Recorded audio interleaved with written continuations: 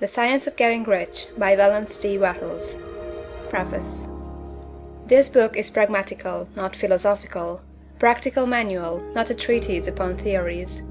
It is intended for the men and women whose most pressing need is for money, who wish to get rich first and philosophize afterward. It is for those who have, so far, found neither the time, the means, nor the opportunity to go deeply into the study of metaphysics, but who want results, and who are willing to take the conclusions of science as a basis for action, without going into all the processes by which those conclusions were reached.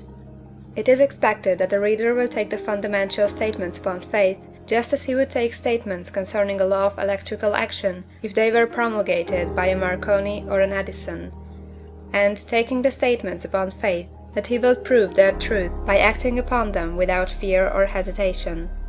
Every man or woman who does this will certainly get rich, for the science herein applied is an exact science, and failure is impossible.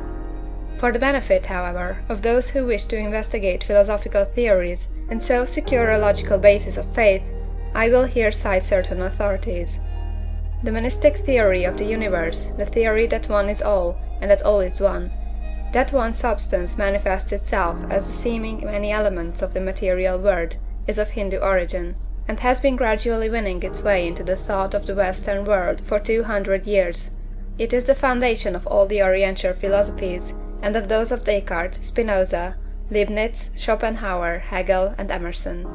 The reader who would dig the philosophical foundations of this is advised to read Hegel and Emerson for himself.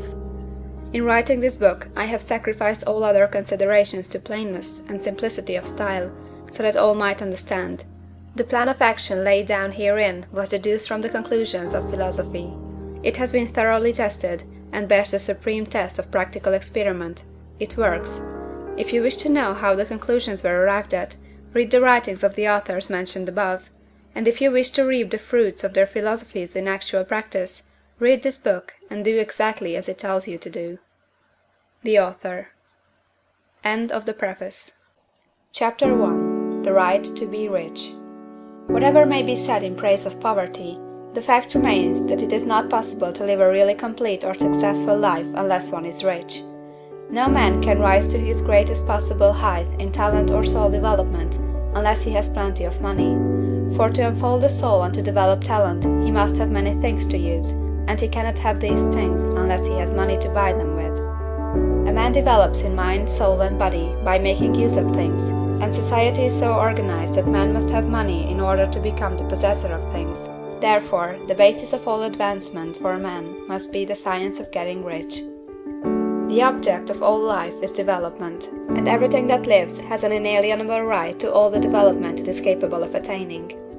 Man's right to life means his right to have the free and unrestricted use of all the things which may be necessary to his fullest mental, spiritual, and physical unfoldment, or, in other words, his right to be rich. In this book, I shall not speak of riches in a figurative way. To be really rich does not mean to be satisfied or contented with a little. No man ought to be satisfied with a little if he is capable of using and enjoying more. The purpose of nature is the advancement and unfoldment of life, and every man should have all that can contribute to the power, elegance, beauty, and richness of life. To be content with less is sinful.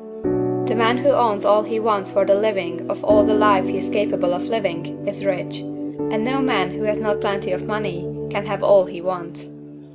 Life has advanced so far, and become so complex, that even the most ordinary man or woman requires a great amount of wealth in order to live in a manner that even approaches completeness. Every person naturally wants to become all that they are capable of becoming. This desire to realize innate possibilities is inherent in human nature. We cannot help wanting to be all that we can be. Success in life is becoming what you want to be.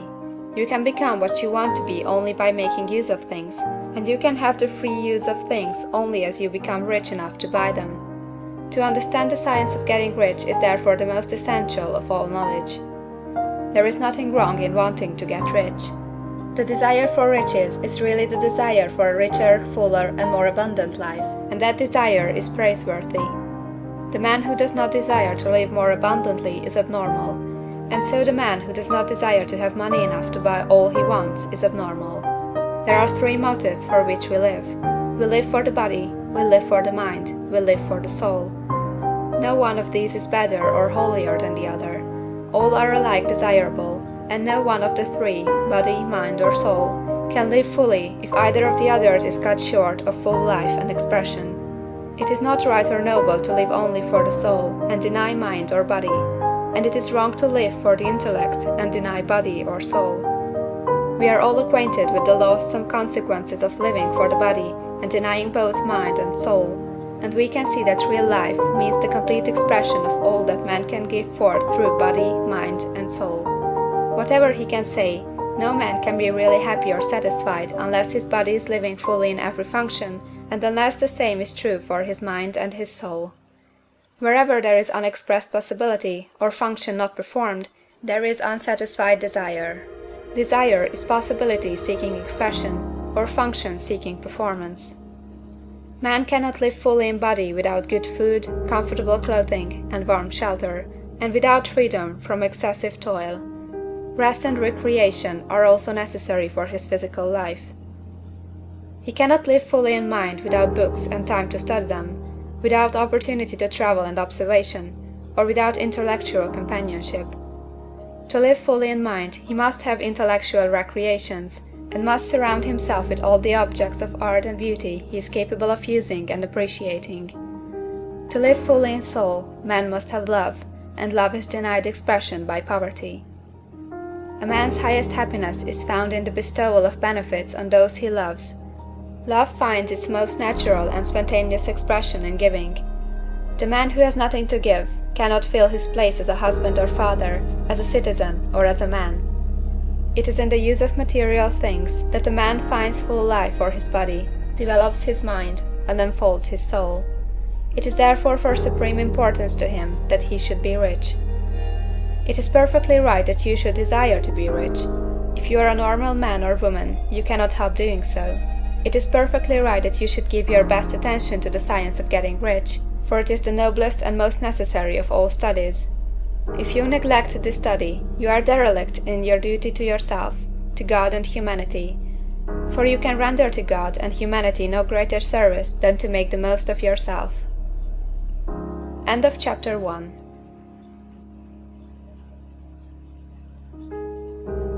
Chapter 2 of the Science of Getting Rich. There is a Science of Getting Rich. There is a science of getting rich, and it is an exact science like algebra or arithmetic. There are certain laws which govern the process of acquiring riches. Once these laws are learned and obeyed by any man, he will get rich with mathematical certainty. The ownership of money and property comes as a result of doing things in a certain way. Those who do things in this certain way, whether on purpose or accidentally, get rich, while those who do not do things in this certain way, no matter how hard they work or how able they are, remain poor. It is a natural law that like causes always produce like effects, and therefore any man or woman who learns to do things in this certain way will infallibly get rich. That the above statement is true is shown by the following facts. Getting rich is not a matter of environment, for if it were, all the people in certain neighborhoods would become wealthy, the people of one city would be all rich, while those of other towns would all be poor, or the inhabitants of one state would roll in wealth, while those of an adjoining state would be in poverty. But everywhere we see rich and poor living side by side, in the same environment, and often engaged in the same vocations. When two men are in the same locality and in the same business, and one gets rich while the other remains poor, it shows that getting rich is not primarily a matter of environment. Some environments may be more favorable than others, but when two men in the same business are in the same neighborhood, and one gets rich while the other fails, it indicates that getting rich is a result of doing things in a certain way. And further, the ability to do things in this certain way is not due solely to the possession of talent, for many people who have great talent remain poor, while others who have very little talent get rich. Studying the people who have got rich, we find that they are an average lot in all respects, having no greater talents or abilities than other men. It is evident that they do not get rich because they possess talents or abilities that other men have not, but because they happen to do things in a certain way. Getting rich is not the result of saving or thrift. Many very penurious people are poor, while free spenders often get rich. Nor is getting rich due to doing things which others fail to do, for two men in the same business often do almost exactly the same things, and one gets rich while the other remains poor or becomes bankrupt. From all these things, we must come to the conclusion that getting rich is the result of doing things in a certain way. If getting rich is the result of doing things in a certain way, and if like causes always produce like effects, then any man or woman who can do things in that way can become rich, and the whole matter is brought within the domain of exact science. The question arises here, whether this certain way may not be so difficult that only a few may follow it. This cannot be true, as we have seen, so far as natural ability is concerned. Talented people get rich, and blockheads get rich. Intellectually brilliant people get rich, and very stupid people get rich. Physically strong people get rich, and weak and sickly people get rich. Some degree of ability to think and understand is, of course, essential. But in so far natural ability is concerned, any man or woman who has sense enough to read and understand these words can certainly get rich. Also, we have seen that it is not a matter of environment. Location counts for something. One would not go to the heart of the Sahara and expect to do successful business. Getting rich involves the necessity of dealing with men, and of being where there are people to deal with. And if these people are inclined to deal in the way you want to deal, so much the better. But that is about as far as environment goes. If anybody else in your town can get rich, so can you. And if anybody else in your state can get rich, so can you. Again, it is not a matter of choosing some particular business or profession. People get rich in every business and in every profession, while their next-door neighbors on the same vocation remain in poverty. It is true that you will do best in a business which you like, and which is congenial to you. And if you have certain talents which are well developed, you will do best in a business which calls for the exercise of those talents. Also, you will do best in a business which is suited to your locality. An ice cream parlor would do better in a warm climate than in Greenland, and a salmon fishery would succeed better in the Northwest than in Florida, where there are no salmon. But, aside from these general limitations, getting rich is not dependent upon your engaging in some particular business, but upon your learning to do things in a certain way. If you are now in business and everybody else in your locality is getting rich in the same business while you are not getting rich, it is because you are not doing things in the same way that the other person is doing them. No one is prevented from getting rich by lack of capital.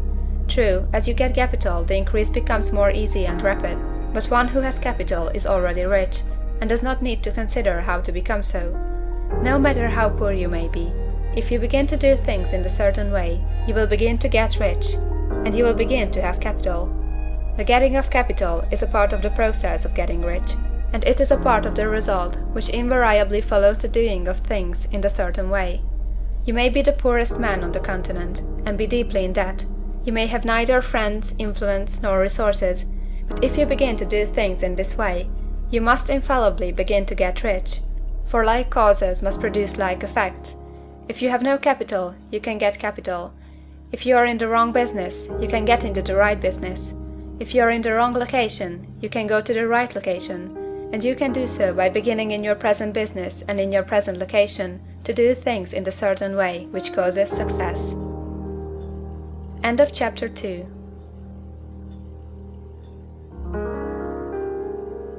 Chapter 3 of the Science of Getting Rich. Is opportunity monopolized? No man is kept poor because opportunity has been taken away from him, because other people have monopolized the wealth and have put a fence around it. You may be shut off from engaging in business in certain lines, but there are other channels open to you. Probably it would be hard for you to get control of any of the great railroad systems. That field is pretty well monopolized. But the electric railway business is still in its infancy, and offers plenty of scope for enterprise. And it will be but a few years until traffic and transportation through the air will become a great industry, and in all its branches will give employment to hundreds of thousands and perhaps to millions of people. Why not turn your attention to the development of aerial transportation, instead of competing with J.J. Hill and others for a chance in the steam railway world? It is quite true that if you are a workman in the employ of the Steel Trust, you have very little chance of becoming the owner of the plant in which you work. But it is also true that if you will commence the act in a certain way, you can soon leave the employ of the Steel Trust. You can buy a farm of from 10 to 40 acres, and engage in business as a producer of foodstuffs. There is great opportunity at this time for men who will live upon small tracts of land and cultivate the same intensively. Such men will certainly get rich. You may say that it is impossible for you to get the land, but I am going to prove to you that it is not impossible, and that you can certainly get a farm if you will go to work in a certain way. At different periods, the tide of opportunity sets in different directions, according to the needs of the whole, and the particular stage of social evolution which has been reached. At present, in America, it is setting toward agriculture and the allied industries and professions. Today, opportunity is open before the factory worker in his line. It is open before the businessman who supplies the farmer more than before the one who supplies the factory worker, and before the professional man who waits upon the farmer more than before the one who serves the working class. There is abundance of opportunity for the man who will go with the tide, instead of trying to swim against it. So the factory workers, either as individuals or as a class, are not deprived of opportunity. The workers are not being kept down by their masters. They are not being ground by the trusts and combinations of capital. As a class, they are where they are because they do not do things in a certain way. If the workers of America chose to do so, they could follow the example of their brothers in Belgium and other countries, and establish great department stores and cooperative industries. They could elect men of their own class to office, and pass laws favoring the development of such cooperative industries, and in a few years they could take peaceable possession of the industrial field. The working class may become the master class whenever they will begin to do things in a certain way. The law of wealth is the same for them as it is for all others. This they must learn, and they will remain where they are as long as they continue to do as they do. The individual worker, however, is not held down by the ignorance or the mental slothfulness of his class. He can follow the tide of opportunity to riches, and this book will tell them how.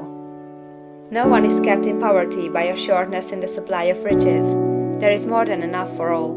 A palace as large as the Capitol at Washington might be built for every family on earth from the building material in the United States alone, and under intensive cultivation, this country would produce wool, cotton, linen, and silk enough to clothe each person in the world finer than Solomon was arrayed in all his glory, together with food enough to feed them all luxuriously. The visible supply is practically inexhaustible, and the invisible supply really is inexhaustible. Everything you see on earth is made from one original substance, out of which all things proceed.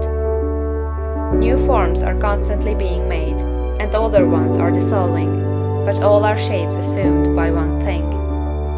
There is no limit to the supply of formless stuff, or original substance. The universe is made out of it, but it was not all used in making the universe.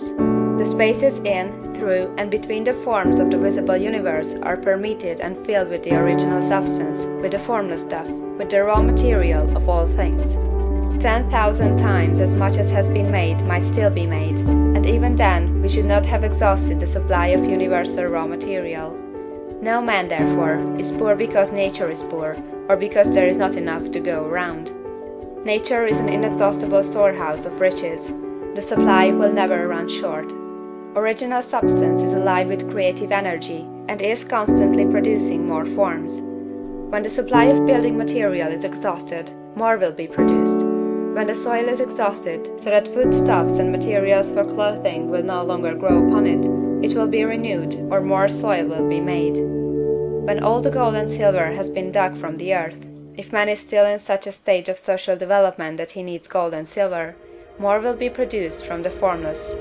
The formless stuff responds to the needs of man, it will not let him be without any good thing. This is true of man collectively. The race as a whole is always abundantly rich, and if individuals are poor, it is because they do not follow the certain way of doing things which makes the individual man rich. The formless stuff is intelligent. It is stuff which thinks. It is alive, and is always impelled toward more life. It is the natural and inherent impulse of life to seek to live more. It is the nature of intelligence to enlarge itself, and of consciousness to seek to extend its boundaries and find fuller expression. The universe of forms has been made by formless living substance, throwing itself into form in order to express itself more fully. The universe is a great living presence. always moving inherently toward more life and fuller functioning. Nature is formed for the advancement of life. Its impelling motive is the increase of life. For this cause, everything which can possibly minister to life is bountifully provided. There can be no lack unless God is to contradict himself and nullify his own works. You are not kept poor by lack in the supply of riches. It is a fact that I shall demonstrate a little farther on, that even the resources of the formless supply are at the command of the man or woman who will act and think in a certain way. End of Chapter 3. Chapter 4 of The Science of Getting Rich by Wallace D. Wattles. The first principle in the science of getting rich. Thought is the only power which can produce tangible riches from the formless substance. The stuff from which all things are made is a substance which thinks, and the thought of form in this substance produces the form. Original substance moves according to its thoughts. Every form and process you see in nature is the visible expression of a thought in original substance. As the formless stuff thinks of a form, it takes that form. As it thinks of a motion, it makes that motion. That is the way all things were created. We live in a thought world, which is part of a thought universe.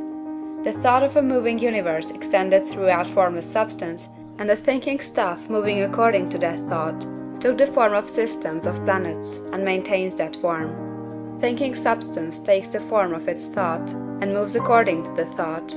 Holding the idea of a circling system of suns and worlds, it takes the form of these bodies and moves them as it thinks.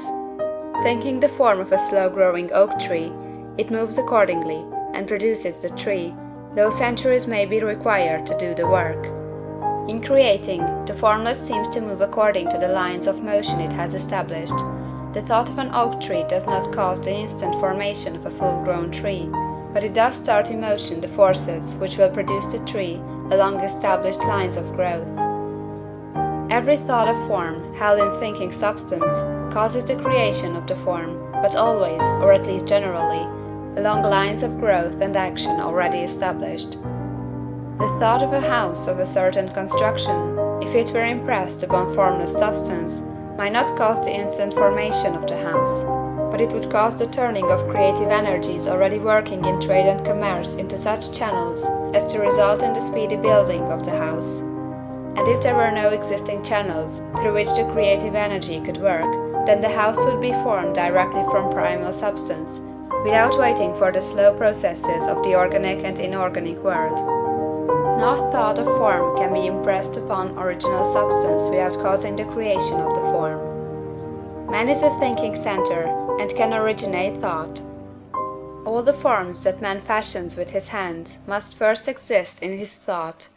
He cannot shape a thing until he has thought that thing. And so far man has confined his efforts wholly to the work of his hands. He has applied manual labor to the world of forms, seeking to change or modify those already existing. He has never thought of trying to cause the creation of new forms by impressing his thoughts upon formless substance. When man has a thought form, he takes material from the forms of nature, and makes an image of the form which is in his mind. He has so far made little or no effort to cooperate with formless intelligence, to work with the Father. He has not dreamed that he can do what he seeth the Father doing. Man reshapes and modifies existing forms by manual labor. He has given no attention to the question whether he may not produce things from formless substance by communicating his thoughts to it. We propose to prove that he may do so, to prove that any man or woman may do so, and to show how. As our first step, we must lay down three fundamental propositions. First, we assert that there is one original formless stuff, or substance, from which all things are made. All the seemingly many elements are but different presentations of one element. All the many forms found in organic and inorganic nature are but different shapes, made from the same stuff. And this stuff is thinking stuff. The thought held in it produces the form of the thought. Thought, in thinking substance, produces shapes. Man is a thinking center, capable of original thought. If man can communicate his thought to original thinking substance, he can cause the creation or formation of the thing he thinks about. To summarize this, There is a thinking stuff from which all things are made, and which, in its original state, permeates, penetrates, and fills the interspaces of the universe. A thought, in this substance, produces the thing that is imaged by the thought. Man can form things in his thought, and, by impressing his thought upon formless substance, can cause the thing he thinks about to be created. It may be asked if I can prove these statements, and without going into details, I answer that I can do so, both by logic and experience. Reasoning back from the phenomena of form and thought, I come to one original thinking substance, and reasoning forward from this thinking substance, I come to man's power to cause the formation of the thing he thinks about. And by experiment, I find the reasoning true, and this is my strongest proof. If one man who reads this book gets rich by doing what it tells him to do, that is evidence in support of my claim. But if every man who does what it tells him to do gets rich, that is positive proof until someone goes through the process and fails. The theory is true until the process fails, and this process will not fail, for every man who does exactly what this book tells him to do will get rich. I have said that man gets rich by doing things in a certain way, and in order to do so, man must become able to think in a certain way. A man's way of doing things is the direct result of the way he thinks about things. To do things in a way you want to do them, you will have to acquire the ability to think the way you want to think.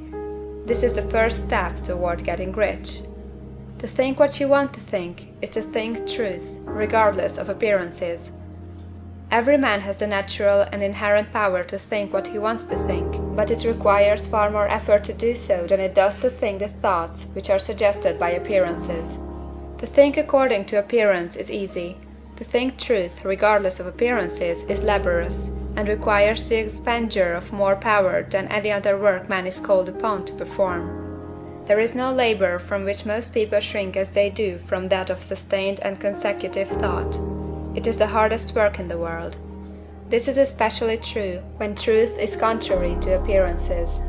Every appearance in the visible world tends to produce a corresponding form in the mind which observes it, and this can only be prevented by holding the thought of the truth. To look upon the appearance of disease will produce the form of disease in your own mind, and ultimately in your body, unless you hold the thought of the truth, which is that there is no disease. It is only an appearance, and the reality is health. To look upon the appearances of poverty will produce corresponding forms in your own mind, unless you hold to the truth that there is no poverty, there is only abundance. To think health when surrounded by the appearances of disease, or to think riches when in the midst of appearances of poverty, requires power. But he who acquires this power becomes a mastermind. He can conquer fate, he can have what he wants. This power can only be acquired by getting hold of the basic fact which is behind all appearances, and that fact is that there is one thinking substance from which and by which all things are made. Then we must grasp the truth that every thought held in this substance becomes a form, and that man can so impress his thoughts upon it as to cause them to take form and become visible things. When we realize this, we lose all doubt and fear, for we know that we can create we want to create, we can get what we want to have, and can become what we want to be. As a first step toward getting rich, you must believe the three fundamental statements given previously in this chapter, and in order to emphasize them, I repeat them here. There is a thinking stuff from which all things are made, and which, in its original state, permeates, penetrates, and fills the interspaces of the universe. A thought, in this substance, produces the thing that is imaged by the thought. Man can form things in his thought, and, by impressing his thought upon formless substance, can cause the thing he thinks about to be created. You must lay aside all other concepts of the universe than this monistic one, and you must dwell upon this until it is fixed in your mind, and has become your habitual thought. Read these creed statements over and over again, fix every word upon your memory, and meditate upon them until you firmly believe what they say. If a doubt comes to you, cast it aside as a sin. Do not listen to arguments against this idea. Do not go to churches or lectures where a contrary concept of things is taught or preached. Do not read magazines or books which teach a different idea. If you get mixed up in your faith, all your efforts will be in vain.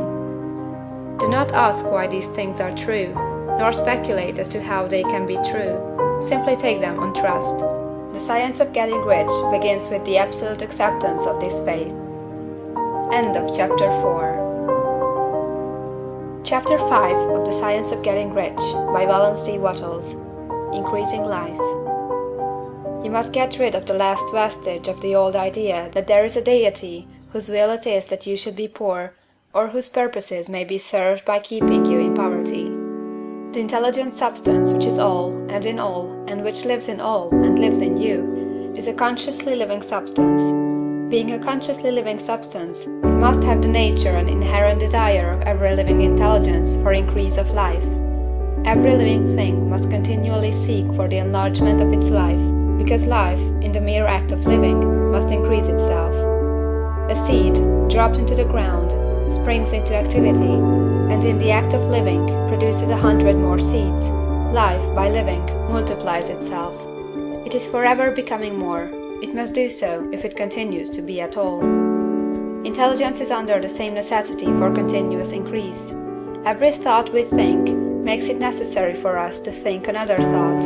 Consciousness is continually expanding. Every fact we learn leads us to the learning of another fact. Knowledge is continually increasing. Every talent we cultivate brings to the mind the desire to cultivate another talent. We are subject to the urge of life, seeking expression, which ever drives us on to know more, to do more, and to be more. In order to know more, do more, and be more, we must have more. We must have things to use, for we learn, and do, and become only by using things.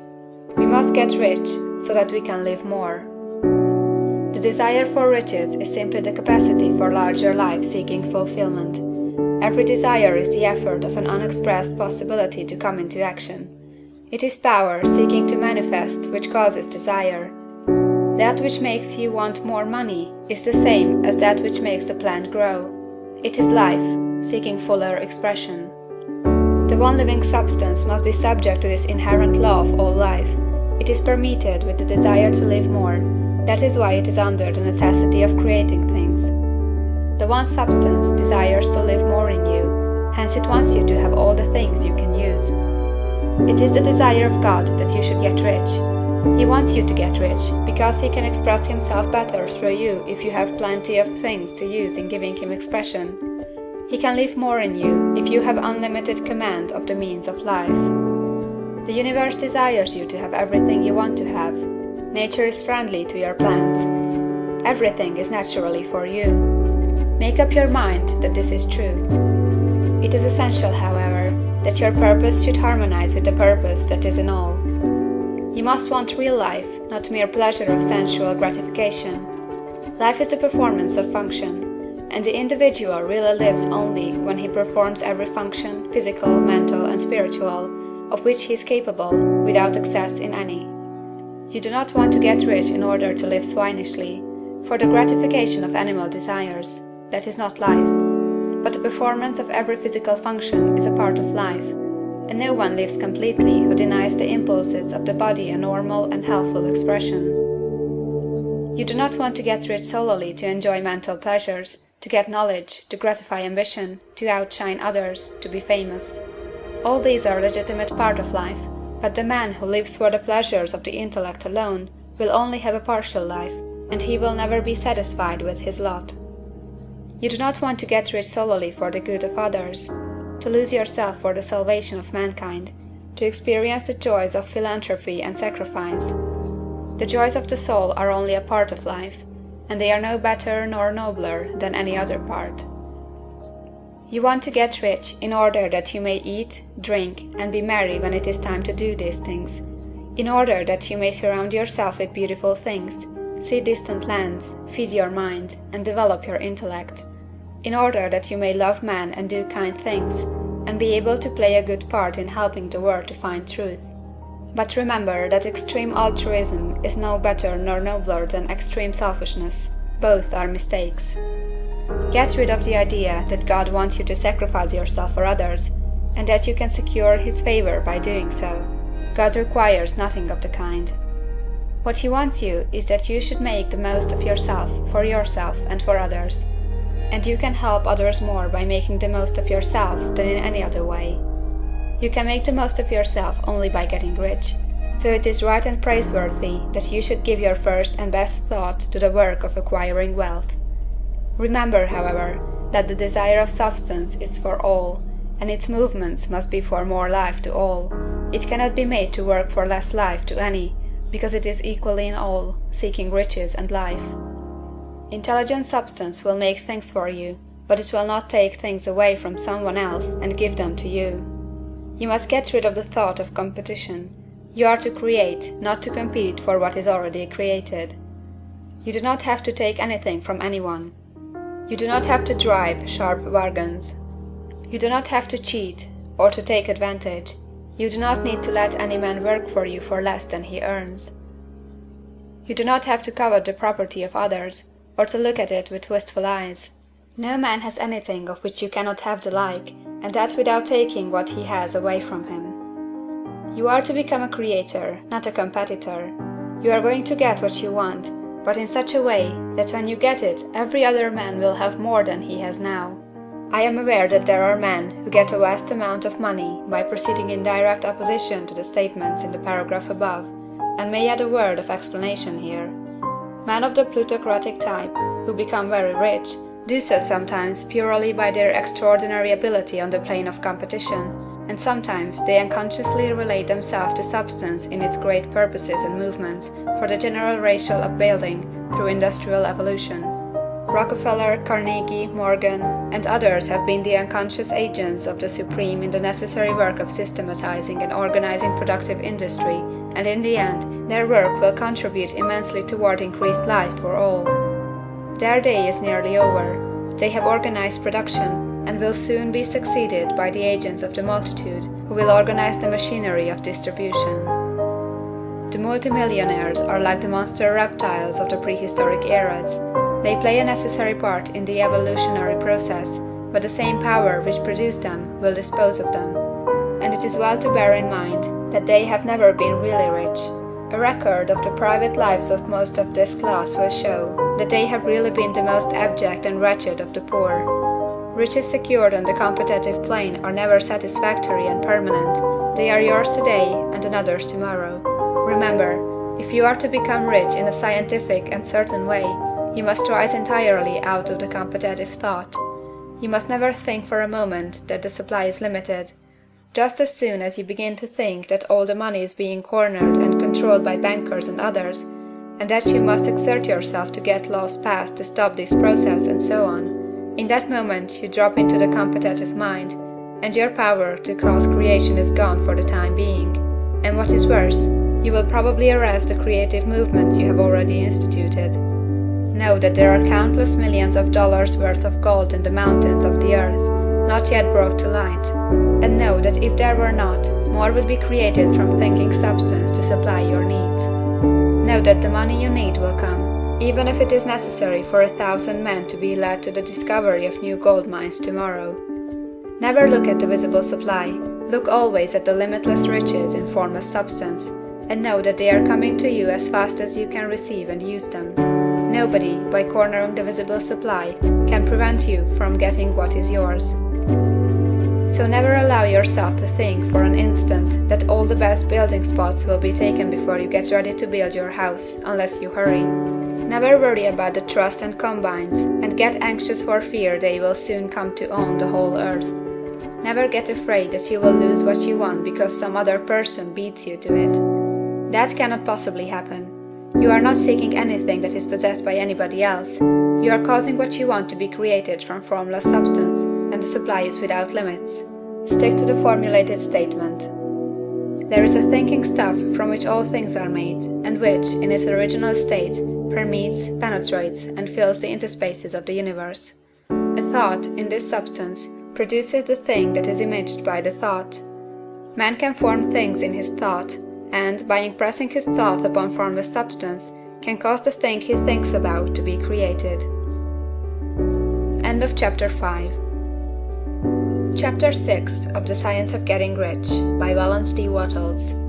How riches come to you. When I say that you do not have to drive sharp bargains, I do not mean that you do not have to drive any bargains at all, or that you are above the necessity for having any dealings with your fellow men.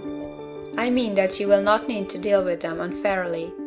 You do not have to get something for nothing, but can give to every man more than you take from him. You cannot give every man more in cash market value than you take from him, but you can give him more in use value than the cash value of the thing you take from him. The paper, ink, and other material in this book may not be worth the money you pay for it, but if the ideas suggested in it bring you thousands of dollars, you have not been wronged by those who sold it to you. They have given you a great use value for a small cash value. Let us suppose that I own a picture by one of the greatest artists, which, in any civilized community, is worth thousands of dollars. I take it to Baffin Bay, and by salesmanship induce an Eskimo to give a bundle of furs worth $500 for it. I have really wronged him, for he has no use for the picture. It has no use value to him. It will not add to his life. But suppose I give him a gun worth $50 for his furs. Then he has made a good bargain. He has use for the gun. It will get him many more furs and much food. It will add to his life in every day. It will make him rich. When you rise from the competitive to the creative plane, you can scan your business transactions very strictly, and if you are selling any man anything which does not add more to his life than the thing he gives you in exchange, you can afford to stop it. You do not have to beat anybody in business, and if you are in a business which does beat people, get out of it at once. Give every man more in use value than you take from him in cash value. Then you are adding to the life of the world by every business transaction. If you have people working for you, you must take from them more cash value than you pay them in wages. But you can so organize your business that it will be filled with the principle of advancement, and so that each employee who wishes to do so may advance a little every day. You can make your business do for your employees what this book is doing for you. You can so conduct your business that it will be a sort of ladder, by which every employee who will take the trouble may climb to riches himself, and given the opportunity, if he will not do so, it is not your fault. And finally, because you are to cause the creation of your riches from formless substance which permeates all your environment, it does not follow that they are to take shape from the atmosphere and come into being before your eyes. If you want a sewing machine, for instance, I do not mean to tell you that you are to impress the thought of a sewing machine on thinking substance until the machine is formed without hands, in the room where you sit or elsewhere. But if you want a sewing machine, hold the mental image of it with the most positive certainty that it is being made, or is on its way to you. After once forming the thought, have the most absolute and unquestioning faith that a sewing machine is coming. Never think of it or speak of it in any other way than as being sure to arrive. Claim it as already yours. It will be brought to you by the power of the Supreme Intelligence acting upon the minds of men. If you live in Maine, it may be that a man will be brought from Texas or Japan to engage in some transaction which will result in your getting what you want.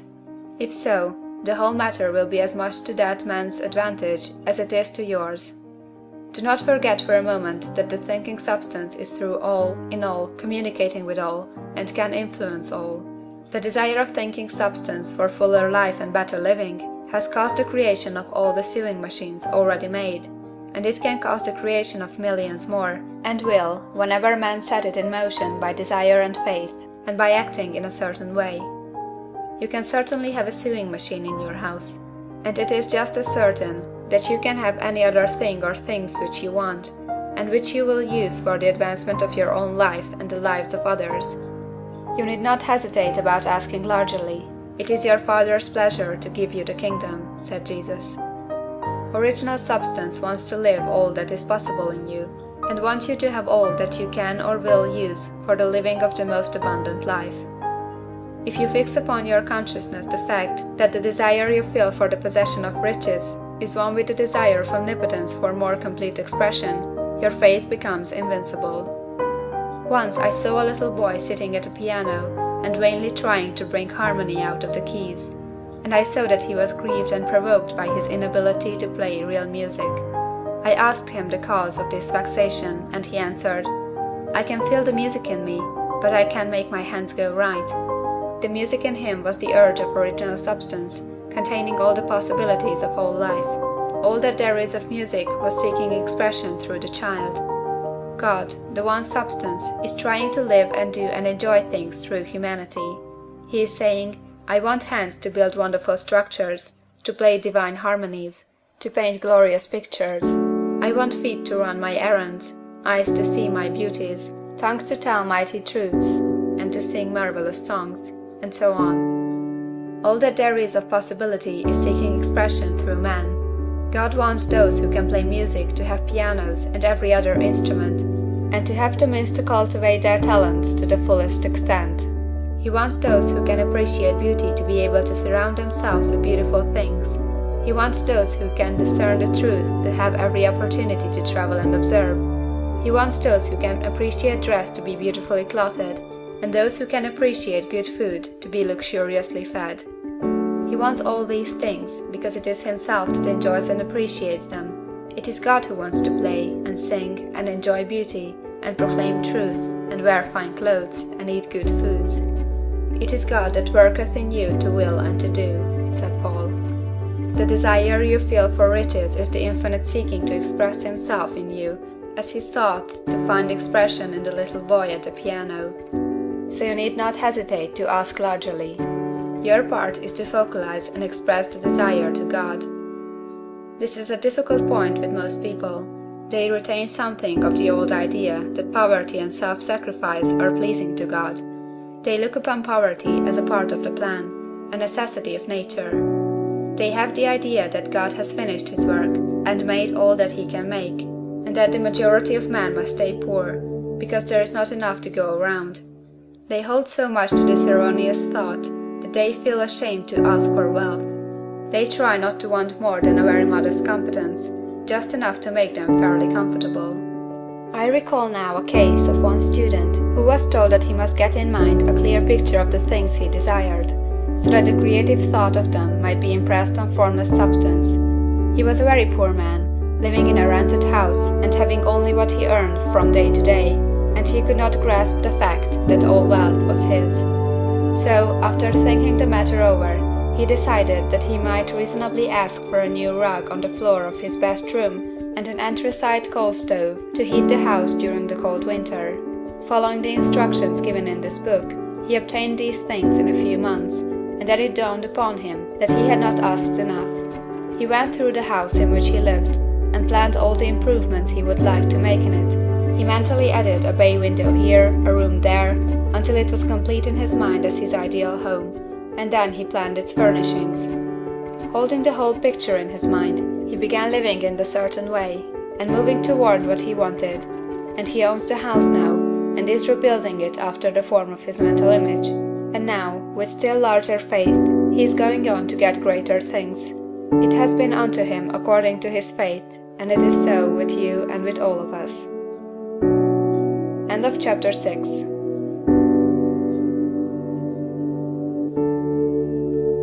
Chapter 7 of The Science of Getting Rich by Wallace D. Wattles. Gratitude. The illustrations given in the last chapter will have conveyed to the reader the fact that the first step toward getting rich is to convey the idea of your wants to the formless substance. This is true, and you will see that in order to do so, it becomes necessary to relate yourself to the formless intelligence in a harmonious way. To secure this harmonious relation is a matter of such primary and vital importance that I shall give some space to its discussion here, and give you instructions which, if you will follow them, will be certain to bring you into perfect unity of mind with God. The whole process of mental adjustment and atonement can be summed up in one word: gratitude. First, you believe that there is one intelligent substance, from which all things proceed. Second, you believe that this substance gives you everything you desire. And third, you relate yourself to it by a feeling of deep and profound gratitude. Many people who order their lives rightly in all other ways are kept in poverty by their lack of gratitude. Having received one gift from God, they cut the wires which connect them with Him by failing to make acknowledgment. It is easy to understand that the nearer we live to the source of wealth, the more wealth we shall receive. And it is easy also to understand that the soul that is always grateful lives in closer touch with God than the one which never looks to him in thankful acknowledgment. The more gratefully we fix our minds on the Supreme when good things come to us, the more good things we will receive, and the more rapidly they will come. And the reason simply is that the mental attitude of gratitude draws the mind into closer touch with the source from which the blessings come. If it is a new thought to you that gratitude brings your whole mind into closer harmony with the creative energies of the universe, consider it well, and you will see that it is true. The good things you already have come to you along the line of obedience to certain laws. Gratitude will lead your mind out along the ways by which things come, and it will keep you in close harmony with creative thought and prevent you from falling into competitive thought. Gratitude alone can keep you looking toward the all, and prevent you from falling into the error of thinking of the supply as limited, and to do that would be fatal to your hopes. There is a law of gratitude, and it is absolutely necessary that you should observe the law, if you are to get the results you seek. The law of gratitude is the natural principle that action and reaction are always equal, and in opposite directions. The grateful outreaching of your mind in thankful praise to the Supreme is a liberation or expenditure of force. It cannot fail to reach that to which it addressed, and the reaction is an instantaneous movement towards you. Draw nigh unto God, and he will draw nigh unto you. That is a statement of psychological truth. And if your gratitude is strong and constant, the reaction in formless substance will be strong and continuous. The movement of the things you want will be always toward you. Notice the grateful attitude that Jesus took, how he always seems to be saying, I thank thee, Father, that thou hearest me. You cannot exercise much power without gratitude, for it is gratitude that keeps you connected with power. But the value of gratitude does not consist solely in getting you more blessings in the future. Without gratitude, you cannot long keep from dissatisfied thought regarding things as they are. The moment you permit your mind to dwell with dissatisfaction upon things as they are, you begin to lose ground. You fix attention upon the common, the ordinary, the poor, and the squalid and mean, and your mind takes the form of these things. Then you will transmit these forms or mental images to the formless, and the common, the poor, the squalid, the mean will come to you. To permit your mind to dwell upon the inferior is to become inferior and to surround yourself with inferior things. On the other hand, to fix your attention on the best is to surround yourself with the best, and to become the best. The creative power within us makes us into the image of that to which we give our attention. We are thinking substance, and thinking substance always takes the form of that to which it thinks about. The grateful mind is constantly fixed upon the best. Therefore, it tends to become the best. It takes the form or character of the best, and will receive the best. Also, faith is born of gratitude. The grateful mind continually expects good things, and expectation becomes faith. The reaction of gratitude upon one's own mind produces faith, and every outgoing wave of grateful thanksgiving increases faith. He who has no feeling of gratitude cannot long retain a living faith, and without a living faith you cannot get rich by the creative method, as we shall see in the following chapters. It is necessary, then, to cultivate the habit of being grateful for every good thing that comes to you, and to give thanks continuously. And because all things have contributed to your advancement, you should include all things in your gratitude. Do not waste time thinking or talking about the shortcomings or wrong actions of plutocrats or trust magnates. Their organization of the world has made your opportunity. All you get really comes to you because of them. Do not rage against corrupt politicians. If it were not for politicians, we should fall into anarchy, and your opportunity would be greatly lessened. God has worked a long time and very patiently to bring us up to where we are in industry and government, and He is going right on with His work. There is not the least doubt that He will do away the plutocrats, trust magnates, captains of industry, and politicians as soon as they can be spared. But in the meantime, behold, they are all very good. Remember that they are all helping to arrange the lines of transmission along which your riches will come to you, and be grateful to them all. This will bring you into harmonious relations with the good in everything, and the good in everything will move toward you. End of chapter 7. Chapter 8 of The Science of Getting Rich by Wallace D. Wattles. Thinking in the Certain Way. Turn back to Chapter 6 and read again the story of the man who formed the mental image of his house, and you will get a fair idea of the initial step toward getting rich. You must form a clear and definite mental picture of what you want. You cannot transmit an idea unless you have it yourself. You must have it before you can give it. And many people fail to impress the thinking substance because they have themselves only a vague and misty concept of the things they want to do, to have, or to become. It is not enough that you should have a general desire for wealth, to do good with. Everybody has that desire. It is not enough that you should have a wish to travel, see things, live more, etc. Everybody has those desires also. If you are going to send a wireless message to a friend, you would not send the letters of the alphabet in their order, and let him construct the message for himself, nor would you take words at random from the dictionary. You would send a coherent sentence, one which meant something. When you try to impress your wants upon substance, remember that it must be done by a coherent statement. You must know what you want, and be definite. You can never get rich or start the creative power into action by sending out unformed longings and vague desires. Go over your desires, just as the man I have described went over his house. See just what you want, and get a clear mental picture of it as you wish it to look when you get it. That clear mental picture you must have continually in mind, as the sailor has in mind the port toward which he is sailing the ship. You must keep your face toward it all the time. You must no more lose sight of it than the steersman loses sight of the compass. It is not necessary to take exercises in concentration, nor to set apart special times for prayer and affirmation, nor to go into the silence, nor to do occult stunt of any kind. These things are well enough, but all you need is to know what you want, and to want it badly enough so that it will stay in your thoughts. Spend as much your leisure time as you can in contemplating your picture, but no one needs to take exercises to concentrate his mind on a thing he really wants. It is the things you do not really care about which require effort to fix your attention upon them. And unless you really want to get rich, so that the desire is strong enough to hold your thoughts directed to the purpose as the magnetic pole holds the needle of the compass, it will hardly be worthwhile for you to try to carry out the instructions given in this book. The methods herein set forth are for people whose desire for riches is strong enough to overcome mental laziness and the love of ease, and make them work. The more clear and definite you make your picture then, and the more you dwell upon it, bringing out all its delightful details, the stronger your desire will be, and the stronger your desire, the easier it will be to hold your mind fixed upon the picture of what you want. Something more is necessary, however, than merely to see the picture clearly. If that is all you do, you are only a dreamer, and will have little or no power for accomplishment.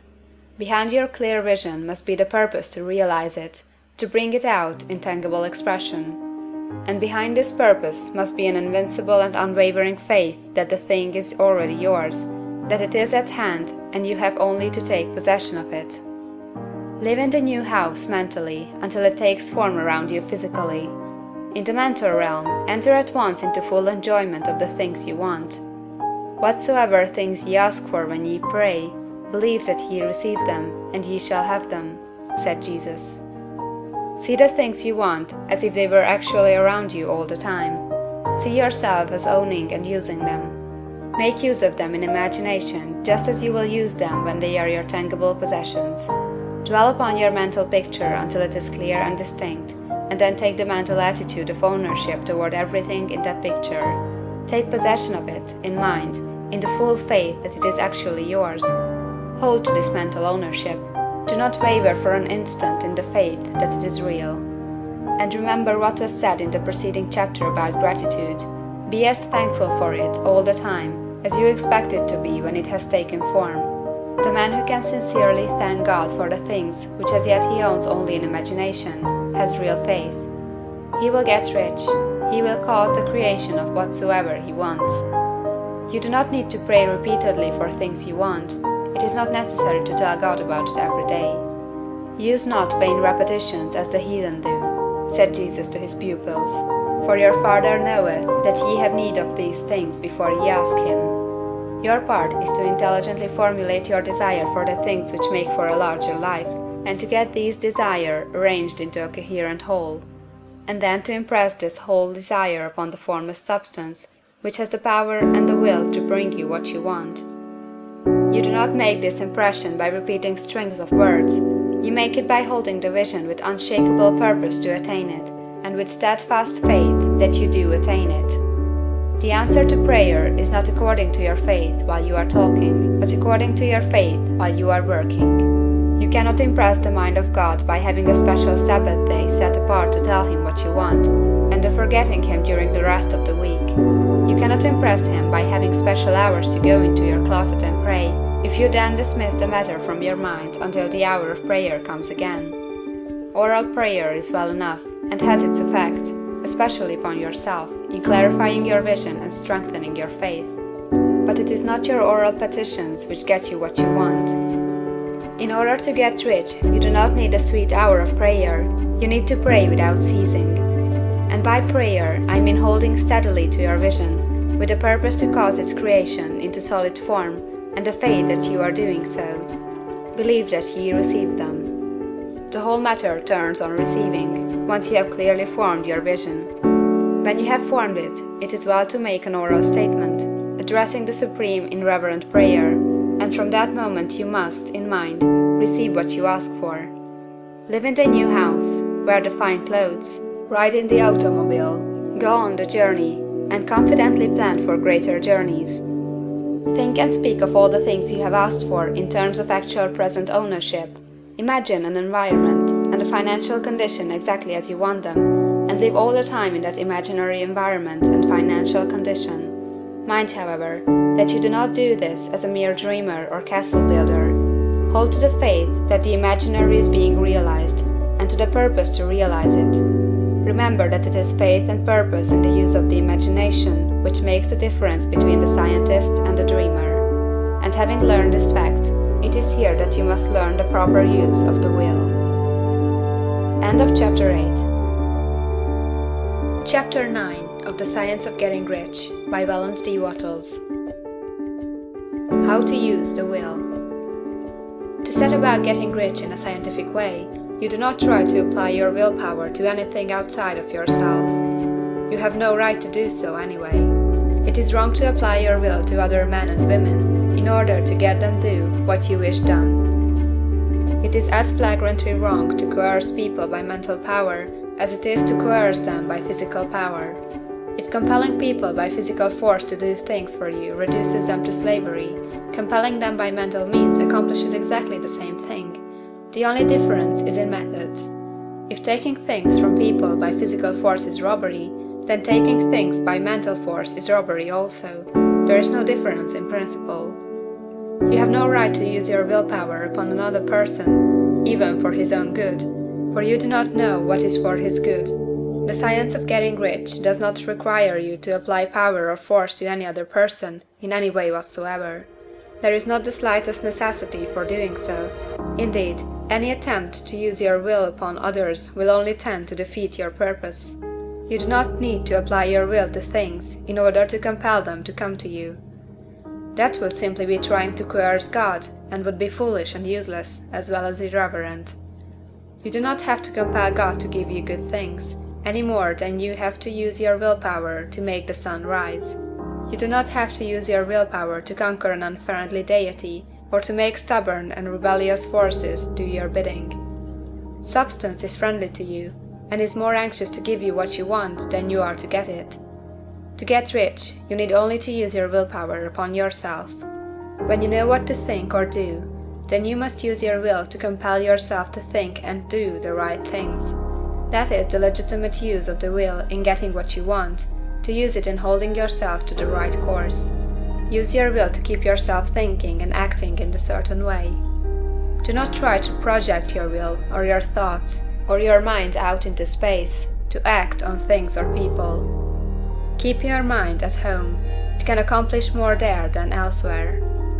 Use your mind to form a mental image of what you want, and to hold that vision with faith and purpose, and use your will to keep your mind working in the right way.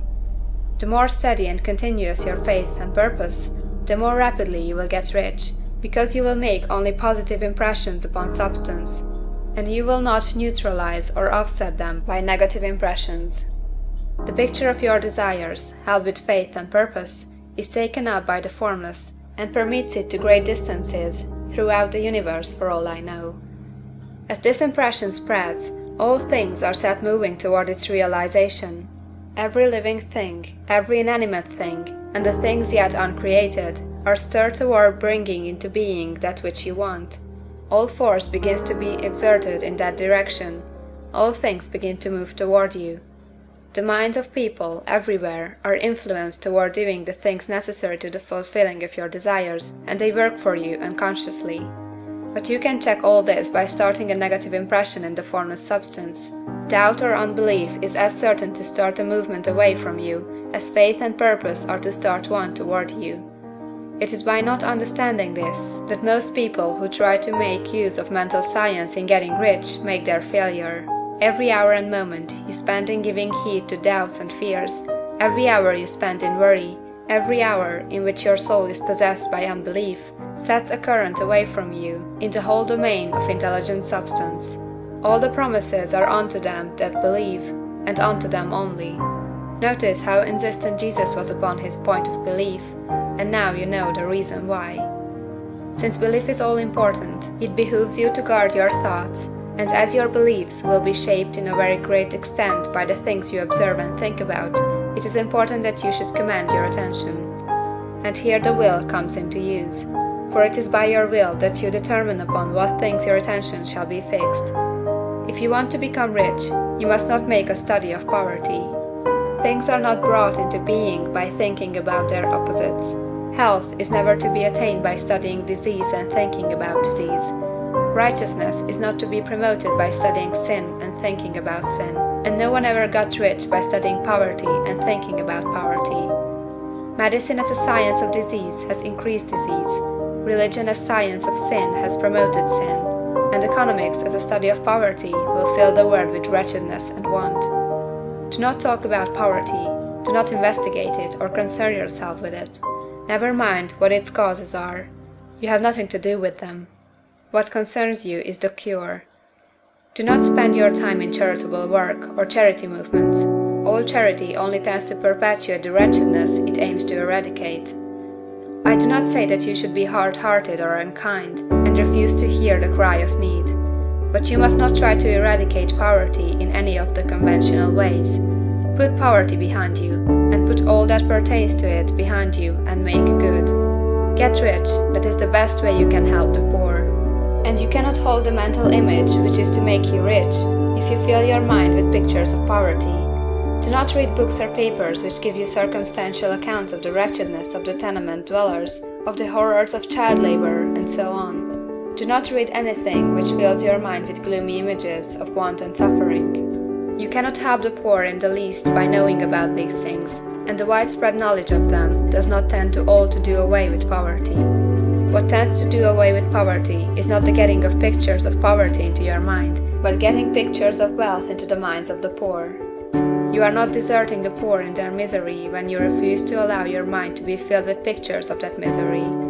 Poverty can be done away with, not by increasing the number of well-to-do people to think about poverty, but by increasing the number of poor people who purpose with faith to get rich. The poor do not need charity, they need inspiration. Charity only sends them a loaf of bread to keep them alive in their wretchedness, or gives them an entertainment to make them forget for an hour or two, but inspiration will cause them to rise out of their misery.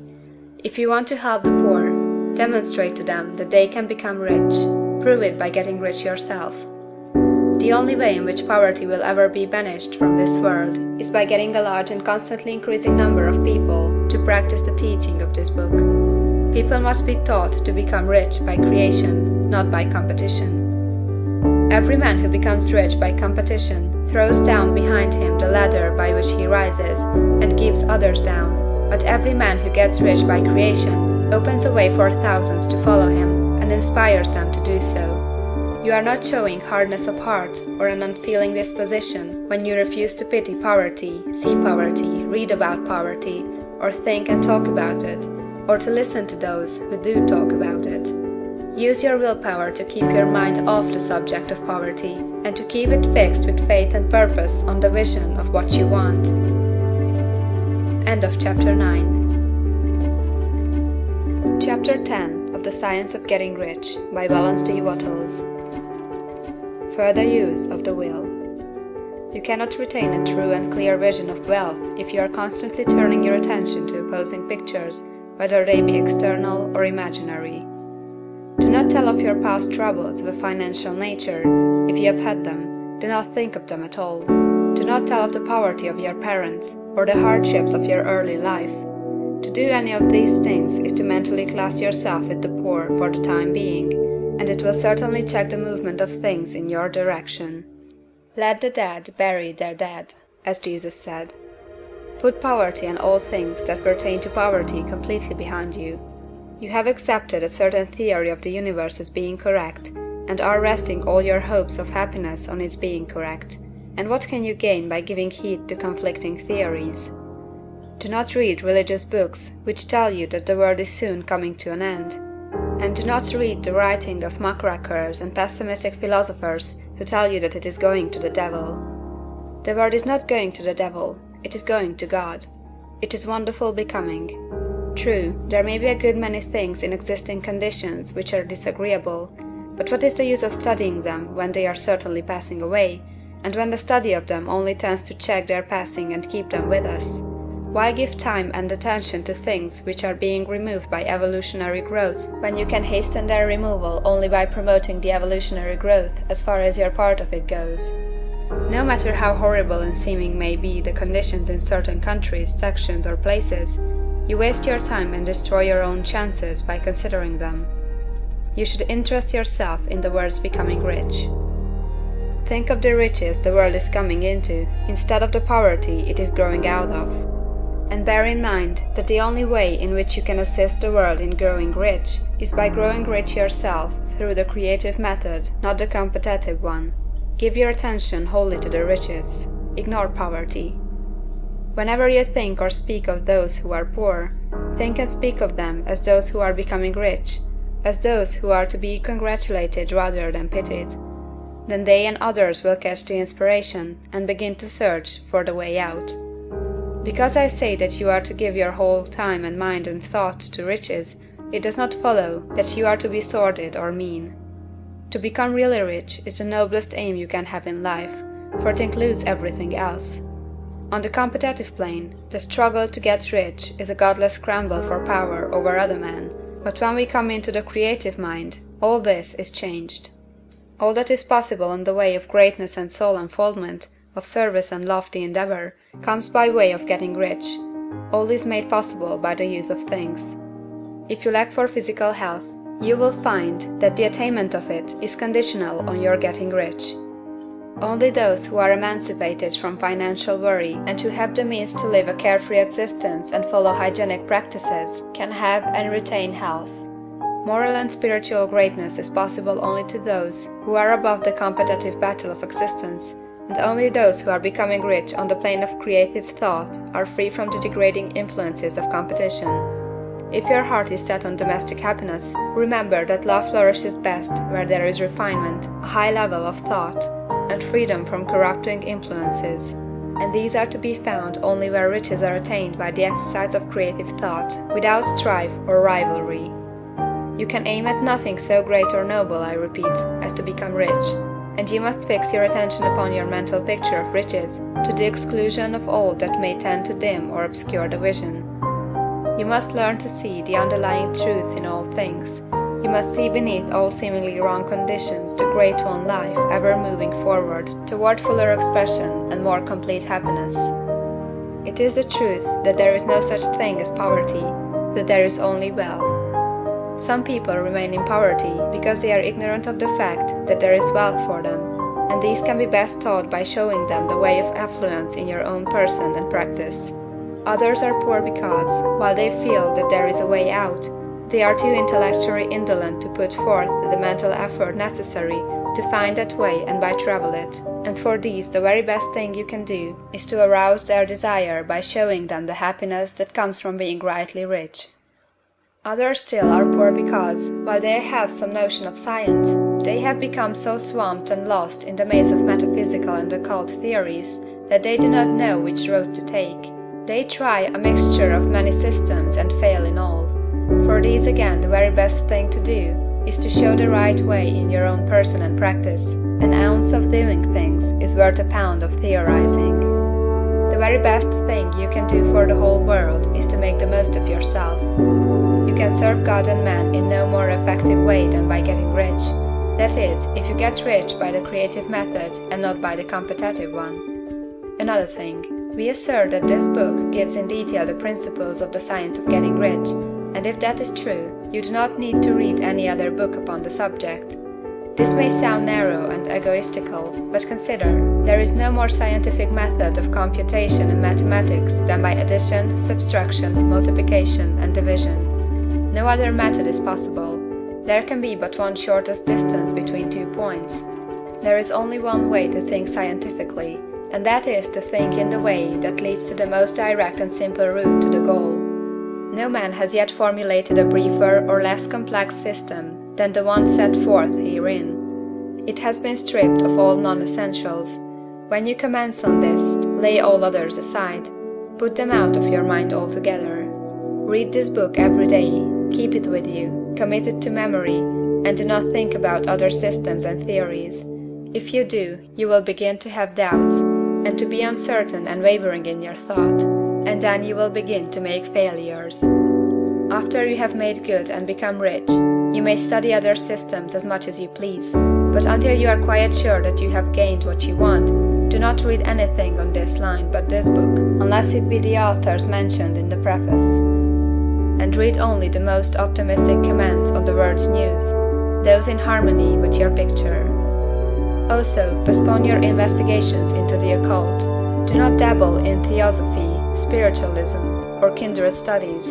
It is very likely that the dead still live and are near, but if they are, let them alone. Mind your own business.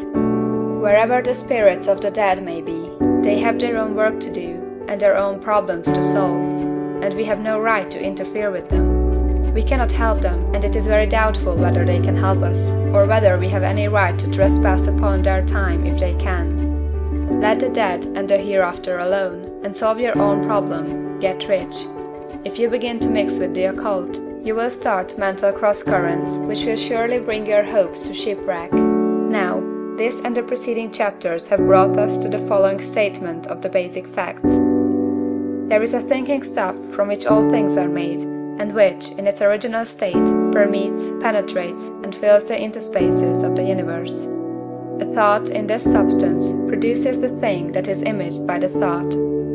Man can form things in his thought, and, by impressing his thought upon formless substance, can cause the thing he thinks about to be created.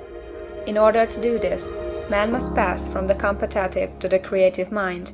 He must form a clear mental picture of the things he wants, and hold this picture in his thoughts with the fixed purpose to get what he wants, and the unwavering faith that he does get what he wants, closing his mind against all that may tend to shake his purpose, dim his vision, or quench his faith.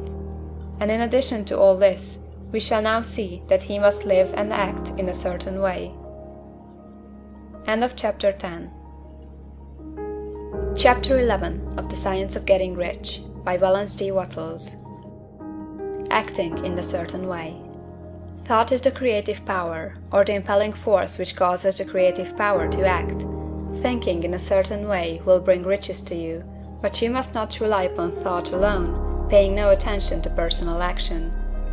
That is the rock upon which many otherwise scientific metaphysical thinkers meet shipwreck, the failure to connect thought with personal action. We have not yet reached the stage of development, even supposing such a stage to be possible, in which man can create directly from formless substance without nature's processes or the work of human hands. Man must not only think, but his personal action must supplement his thought. By thought, you can cause the gold in the hearts of the mountains to be impelled toward you, but it will not mine itself, refine itself, coin itself into double eagles, and come rolling along the roads seeking its way into your pocket. Under the impelling power of the Supreme Spirit, man's affairs will be so ordered that someone will be led to mine the gold for you. Other men's business transactions will be so directed that the gold will be brought toward you, and you must so arrange your own business affairs that you may be able to receive it when it comes to you. Your thought makes all things, animate and inanimate, work to bring you what you want, but your personal activity must be such that you can rightly receive what you want when it reaches you. You are not to take it as charity, nor to steal it. You must give every man more in use value than he gives you in cash value.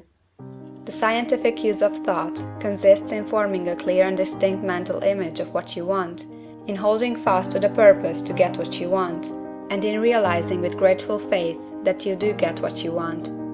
Do not try to project your thought in any mysterious or occult way, with the idea of having it go out and do things for you. That is wasted effort, and will weaken your power to think with sanity. The action of thought in getting rich is fully explained in the preceding chapters. Your faith and purpose positively impress your vision upon formless substance, which has the same desire for more life that you have, and this vision, received from you, sets all the creative forces at work in and through their regular channels of action, but directed toward you. It is not your part to guide or supervise the creative process. All you have to do with that is to retain your vision, stick to your purpose, and maintain your faith and gratitude. But you must act in a certain way, so that you can appropriate what is yours when it comes to you, so that you can meet the things you have in your picture and put them in their proper places as they arrive. You can really see the truth of this. When things reach you, they will be in the hands of other men, who will ask an equivalent for them. And you can only get what is yours by giving the other man what is his. Your pocketbook is not going to be transformed into a Fortunatus purse, which shall be always full of money without effort on your part. This is a crucial point in the science of getting rich. Right here, when thought and personal action must be combined, there are very many people who, consciously or unconsciously, set the creative forces in action by the strength and persistence of their desires, but who remain poor because they do not provide for the reception of the thing they want when it comes. By thought, the thing you want is brought to you. By action, you receive it. Whatever your action is to be, it is evident that you must act now. You cannot act in the past, and it is essential to the clearness of your mental vision that you dismiss the past from your mind. You cannot act in the future, for the future is not here yet. And you cannot tell how you will want to act in any future contingency until that contingency has arrived. Because you are not in the right business or the right environment now, do not think that you must postpone action until you get into the right business or environment. And do not spend time in the present taking thought as to the best course in possible future emergencies. Have faith in your ability to meet any emergency when it arrives. If you act in the present with your mind on the future, your present action will be with a divided mind and will not be effective. Put your whole mind into present action. Do not give your creative impulse to original substance, and then sit down and wait for results. If you do, you will never get them. Act now. There is never any time but now, and there never will be any time but now. If you are ever to begin to make ready for the reception of what you want, you must begin now. And your action, whatever it is, must most likely be in your present business or employment, and must be upon the persons and things in your present environment. You cannot act where you are not, you cannot act where you have been, and you cannot act where you are going to be. You can act only where you are. Do not bother as to whether yesterday's work was well done or ill done. Do today's work well. Do not try to do tomorrow's work now. There will be plenty of time to do that when you get to it. Do not try, by occult or mystical means, to act on people or things that are out of your reach. Do not wait for a change of environment before you act. Get a change of environment by action. You can so act upon the environment in which you are now as to cause yourself to be transferred to a better environment. Hold with faith and purpose the vision of yourself in the better environment, but act upon your present environment with all your heart, and with all your strength, and with all your mind. Do not spend any time in daydreaming or castle building. Hold to the one vision of what you want, and act now. Do not cast about seeking some new thing to do, or some strange, unusual, or remarkable action to perform as a first step toward getting rich. it is probable that your actions, at least for some time to come, will be those you have been performing for some time past. But you are to begin now to perform these actions in a certain way, which will surely make you rich. If you are engaged in some business, and feel that it is not the right one for you, do not wait until you get into the right business before you begin to act. Do not feel discouraged, or sit down and lament because you are misplaced. No man was ever so misplaced but that he could not find the right place, and no man ever became so involved in the wrong business but that he could get into the right business. Hold the vision of yourself in the right business, with the purpose to get into it, and the faith that you will get into it, and are getting into it. But act in your present business. Use your present business as the means of getting a better one, and use your present environment as the means of getting into a better one. Your vision of the right business, if held with faith and purpose, will cause the Supreme to move the right business toward you, and your action, if performed in the certain way, will cause you to move toward the business. If you are an employee or wage earner, and feel that you must change places in order to get what you want, do not project your thought into space and rely upon it to get you another job. It will probably fail to do so. Hold the vision of yourself in the job you want, while you act with faith and purpose on the job you have, and you will certainly get the job you want. Your vision and faith will set the creative force in motion to bring it toward you, and your action will cause the forces in your own environment to move you toward the place you want. In closing this chapter, we will add another statement to our syllabus. There is a thinking stuff from which all things are made, and which, in its original state, permeates, penetrates, and fills the interspaces of the universe. A thought, in this substance, produces the thing that is imaged by the thought. Man can form things in his thought, and, by impressing his thought upon formless substance, can cause the thing he thinks about to be created. In order to do this, man must pass from the competitive to the creative mind. He must form a clear mental picture of the thing he wants, and hold this picture in his thoughts, with the fixed purpose to get what he wants, and the unwavering faith that he does get what he wants, closing his mind to all that may tend to shake his purpose, dim his vision, or quench his faith. That he may receive what he wants when it comes, man must act now upon the people and things in his present environment. End of Chapter 11. Chapter 12 of The Science of Getting Rich by Wallace D. Wattles. Efficient Action.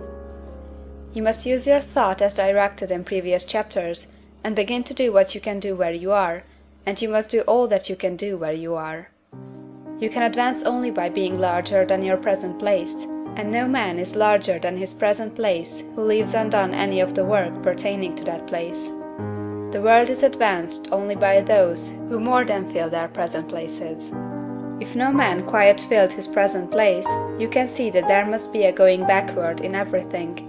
Those who do not quite fill their places are dead weight upon society, government, commerce, and industry. They must be carried along by others at a great expense. The progress of the world is retarded only by those who do not fill the places they are holding. They belong to a former age and a lower stage or plane of life, and their tendency is toward degeneration. No society could advance if every man was smaller than his place. Social evolution is guided by the law of physical and mental evolution. In the animal world, evolution is caused by excess of life. When an organism has more life than can be expressed in the functions of its own plane, it develops the organs of a higher plane, and a new species is originated.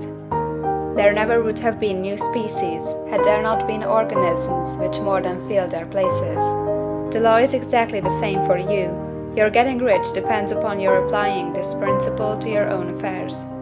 Every day is either a successful day or a day of failure, and it is the successful days which get you what you want.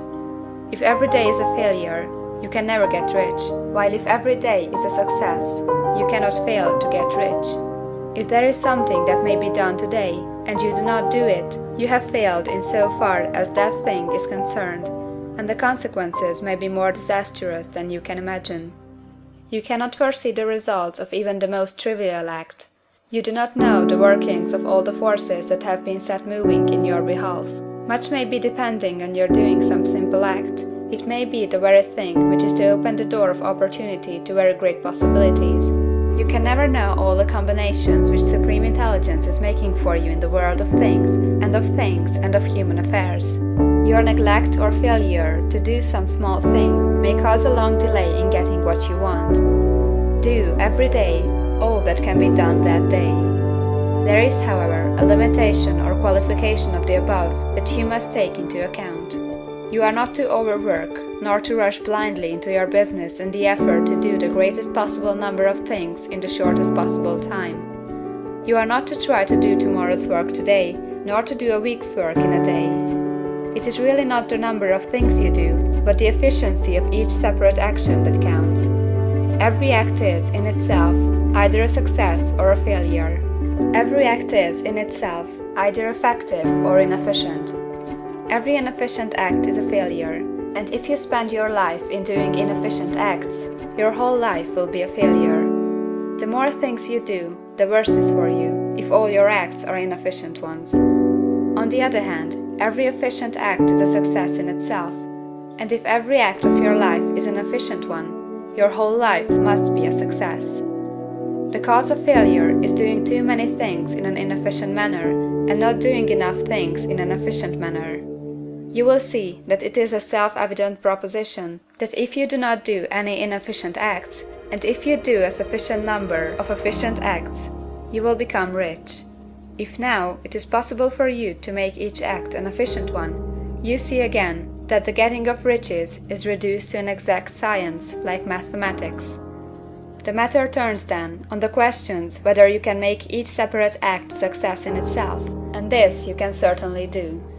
You can make each act a success, because all power is working with you, and all power cannot fail. Power is at your service, and to make each act efficient, you have only to put power into it. Every action is either strong or weak, and when everyone is strong, you are acting in the certain way which will make you rich. Every act can be made strong and efficient by holding your vision while you are doing it, and putting the whole power of your faith and purpose into it. It is at this point that people fail to separate mental power from personal action. They use the power of mind in one place and at one time, and they act in another place and at another time. So their acts are not successful in themselves. Too many of them are inefficient. But if all power goes into every act, no matter how commonplace, every act will be a success in itself. And as in the nature of things, every success opens the way to other successes. Your progress toward what you want, and the progress of what you want toward you, will become increasingly rapid. Remember that successful action is cumulative in its results. Since the desire for more life is inherent in all things, when a man begins to move toward larger life, more things attach themselves to him, and the influence of his desire is multiplied. Do, every day, all that you can do that day, and do each act in an efficient manner. In saying that you must hold your vision while you are doing each act, however trivial or commonplace, I do not mean to say that it is necessary at all times to see the vision distinctly to all its smallest details. It should be the work of your leisure hours to use your imagination on the details of your vision, and to contemplate them until they are firmly fixed upon memory. If you wish speedy results, spend practically all your spare time in this practice.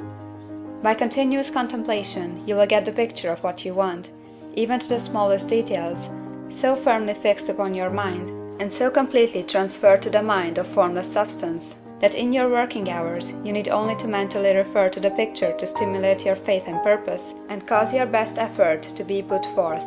Contemplate your picture in your leisure hours until your consciousness is so full of that you can grasp it instantly. You will become so enthused in its bright promises that the mere thought of it will call forth the strongest energies of your whole being. Let us again repeat our syllabus, and by slightly changing the closing statements, bring it to the point we have now reached. There is a thinking stuff from which all things are made, and which, in its original state, permeates, penetrates, and fills the interspaces of the universe. A thought, in this substance, produces the thing that is imaged by the thought. Man can form things in his thought, and, by impressing his thought upon formless substance, can cause the thing he thinks about to be created. In order to do this, man must pass from the competitive to the creative mind. He must form a clear mental picture of the things he wants, and do with faith and purpose all that can be done each day, doing each separate thing in an efficient manner. End of Chapter 12. Chapter 13 of The Science of Getting Rich by Wallace D. Wattles. Getting into the right business. Success in any particular business depends for one thing upon your possessing in a well-developed state the faculties required in that business. Without good musical faculty, no one can succeed as a teacher of music. Without well-developed mechanical faculties, no one can achieve great success in any of the mechanical trades. Without tact and the commercial faculties, no one can succeed in mercantile pursuits. But to possess in a well-developed state the faculties required in your particular vocation does not ensure getting rich. There are musicians who have remarkable talent, and who yet remain poor. There are blacksmiths, carpenters, and so on who have excellent mechanical ability, but who do not get rich. And there are merchants with good faculties for dealing with men who nevertheless fail. The different faculties are tools. It is essential to have good tools, but it is also essential that the tools should be used in the right way. One man can take a sharp saw, a square, a good plane, and so on, and build a handsome article of furniture. Another man can take the same tools and set to work to duplicate the article, but his production will be a botch. He does not know how to use good tools in a successful way. The various faculties of your mind are the tools with which you must do the work which is to make you rich. It will be easier for you to succeed if you get into a business for which you are well equipped with mental tools. Generally speaking, you will do best in that business which will use your strongest faculties, the one for which you are naturally best fitted. But there are limitations to this statement also. No man should regard his vocation as being irrevocably fixed by the tendencies with which he was born. You can get rich in any business, for if you have not the right talent, you can develop that talent. It merely means that you will have to make your tools as you go along, instead of confining yourself to the use of those with which you were born. It will be easier for you to succeed in a vocation for which you already have the talents in a well-developed state, but you can succeed in any vocation, for you can develop any rudimentary talent, and there is no talent of which you have not at least the rudiment. You will get rich most easily in point of effort if you do that for which you are best fitted, but you will get rich most satisfactory if you do that which you want to do. Doing what you want to do is life, and there is no real satisfaction in living if we are compelled to be forever doing something which we do not like to do, and can never do what we want to do. And it is certain that you can do what you want to do. The desire to do it is proof that you have within you the power which can do it. Desire is a manifestation of power. The desire to play music is the power which can play music seeking expression and development. The desire to invent mechanical devices is the mechanical talent seeking expression and development. Where there is no power, either developed or undeveloped, to do a thing, there is never any desire to do that thing. And where there is strong desire to do a thing, it is certain proof that the power to do it is strong, and only requires to be developed and applied in the right way. All things else being equal, it is best to select the business for which you have the best developed talent. But if you have a strong desire to engage in any particular line of work, you should select that work as the ultimate end at which you aim. You can do what you want to do, and it is your right and privilege to follow the business or avocation which will be most congenial and pleasant. You are not obliged to do what you do not like to do, and you should not do it except as the means to bring you to the doing of the thing you want to do. If there are past mistakes whose consequences have placed you in an undesirable business or environment, you may be obliged for some time to do what you do not like to do, but you can make the doing of it pleasant by knowing that it is making it possible for you to come to the doing of what you want to do. If you feel that you are not in the right vocation, do not act too hastily in trying to get into another one. The best way generally to change business or environment is by growth. Do not be afraid to make a sudden and radical change if the opportunity is presented, and you feel after careful consideration that it is the right opportunity. But never take sudden or radical action when you are in doubt as to the wisdom of doing so. There is never any hurry on the creative plane, and there is no lack of opportunity. When you get out of the competitive mind, you will understand that you never need to act hastily. No one else is going to beat you to the thing you want to do. There is enough for all. If one space is taken, another and a better one will be opened for you a little farther on. There is plenty of time. When you are in doubt, wait. Fall back on the contemplation of your vision, and increase your faith and purpose, and by all means, in times of doubt and indecision, cultivate gratitude. A day or two spent in contemplating the vision of what you want, and in earnest thanksgiving that you are getting it, will bring your mind into such close relationship with the Supreme that you will make no mistake when you do act. There is a mind which knows all there is to know, and you can come into close unity with this mind by faith and the purpose to advance in life, if you have deep gratitude. Mistakes come from acting hastily, or from acting in fear or doubt, or in forgetfulness of the right motive, which is more life to all, and less to none. As you go on in the certain way, opportunities will come to you in increasing number, and you will need to be very steady in your faith and purpose, and to keep in close touch with the All-Mind by reverent gratitude. Do all that you can do in a perfect manner every day, but do it without haste, worry, or fear. Go as fast as you can, but never hurry. Remember that in the moment you begin to hurry, you cease to be a creator and become a competitor. You drop back upon the old plane again. Whenever you find yourself hurrying, call a halt.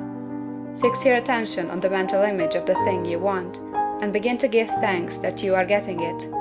The exercise of gratitude will never fail to strengthen your faith and renew your purpose. End of Chapter 13. Chapter 14 of The Science of Getting Rich by Wallace D. Wattles. The Impression of Increase. Whether you charge your vocation or not, your actions for the present must be those pertaining to the business in which you are now engaged. You can get into the business you want by making constructive use of the business you are already established in, by doing your daily work in a certain way. And in so far as your business consists in dealing with other men, whether personally or by letter, the key thought of all your efforts must be to convey their minds the impression of increase.